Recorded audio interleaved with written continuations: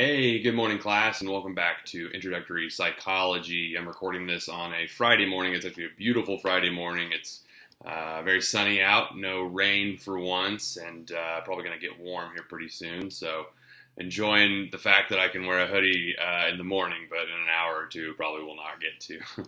So, anyways, welcome back. We are at the halfway point. We're at week 4, so pat yourself on the back. Maybe give yourself a self high five for making it this far, because these summer classes are not easy. It's a grind. I mean, I'm sure I can sort of. I've been in your shoes as an undergraduate student, as a grad student. I've taken summer courses, and now I'm teaching them. I've kind of seen it from all perspectives, and it really is. It's not easy, and so you really should feel good about yourself for taking time out of your summer and really and working on getting better, working on getting, earning credits towards your degree and working towards your goals. I think that's incredibly noble. So kudos to you for being a part of this course and sticking through it so far. We've only got a few more weeks left to go, and it flies by. So I keep saying that, but that's just how it really feels to me. So I think it's Friday morning. Your discussion grades aren't finalized just yet, but by the time you see this video, they will be. So I've really enjoyed this week's discussion. I really enjoyed reading your examples of classical and operant conditioning. The only thing I would say, I think all of them are great examples. I think I remember seeing a couple examples where there were some misconceptions about negative reinforcement and punishment kind of being used interchangeably, and I really want to emphasize that those two things are not the same. And reinforcement of any type, whether it's positive or negative, is always intended to encourage behavior. Like, we want you to keep doing it. Whereas punishment of any kind, whether it's negative or positive, we want you to stop doing that behavior. So make sure that, I know that's something a lot of people, even people who take psychology classes, it's easy to mix up, is what I'm saying. So we see that word negative and we think, oh yeah, that's bad. But in psychology, positive and negative doesn't necessarily have anything to do with value judgments. It's really just addition and subtraction. So anyways, I really enjoyed those. I think, I still have some more to grade. Obviously, by the time you watching this video, they will be graded, but that was just kind of my thoughts so far. For this week, I want you to be aware that exam number 2 is open. Exam number 2 covers chapters 5, 6, 7, and 8. You read chapters 5 and 6 and covered those last week, so great. You're halfway ready to prepare for the exam. This week we will be covering chapters 7 and 8. Chapter 7 is kind of a smorgasbord of different topics in cognitive psychology.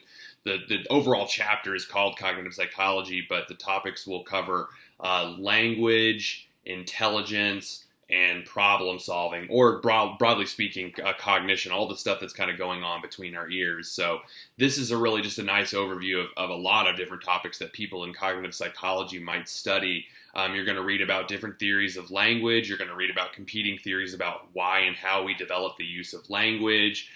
You're going to look at different strategies that we use for problem solving, and problem solving doesn't mean like solving a math problem in your college algebra class. It could be, but problem solving is just any kind of problem we encounter on a daily basis. Like, hey, what am I going to eat when I get up? Or what am I going to wear? Or what am I going to do today? Or, it could be really small daily problems like that, or it could be very large problems like, hey, what am I going to do when I graduate from OSU OKC? Am I going to transfer to UCO? Am I going to transfer to Stillwater?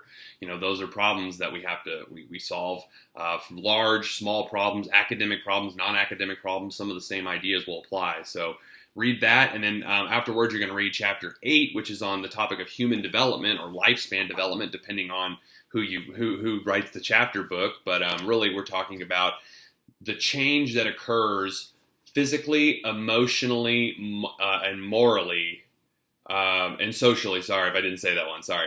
All the way across the lifespan from birth, actually before birth, all the way to death. So this is one of my favorite chapters for a number of reasons. One, when I took the course on lifespan development as an undergrad student, this is the topic that kind of encouraged me to change my major from film to psychology. And so honestly, I don't think I'd be here if it wasn't for this particular subject in psychology. So I really owe a lot, I guess, to just happening to take a course on lifespan development.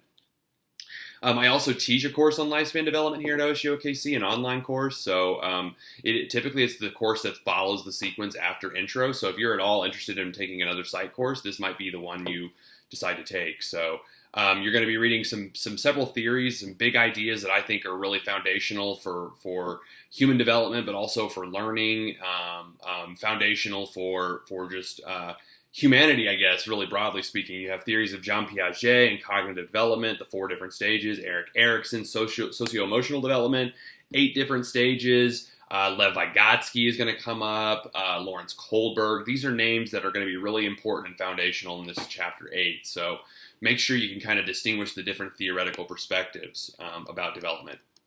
So read those 2 chapters.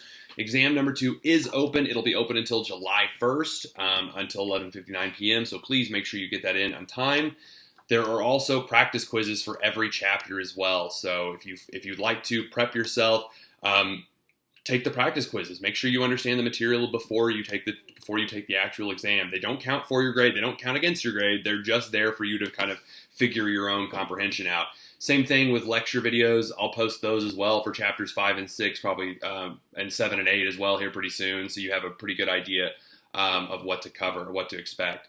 Let's see. And also, this week we will have a response paper, but we will not have a discussion. I don't mind giving you a response paper when we're doing exams, but I kind of like to discussions having to do, the posting and responding as well. Kind of feel like maybe and an exam kind of adds up. But as of right now, you have a TED Talk or video to watch, that'll be posted. So please watch that. It'll be due next Sunday. Summarize it. Tell me something you found interesting and tell me something that relates to your experience. But there will be specific directions posted to Canvas. That's about it for week number 4. I mean, it's like I said, it's flying by for me at least. Hope everyone's having a good time so far and learning a lot about psychology. Hopefully I haven't scared anyone off about psychology yet. I'm really looking forward to seeing your exam responses. I think the second exam usually ends up being a little easier than the first for people because you know what to expect a little more. And I'm also really looking forward to your response paper answers because, again, I mean, we don't meet face-to-face. So your response papers, your discussion posts, and the emails you send me from time to time, are the ways in which I get to know you all. And it's really fun for me getting to know each of you and even in a small way. So anyways, we're going to stop here and get out of here. But if you have any questions at all, feel free to post to Canvas or feel free to shoot me an email.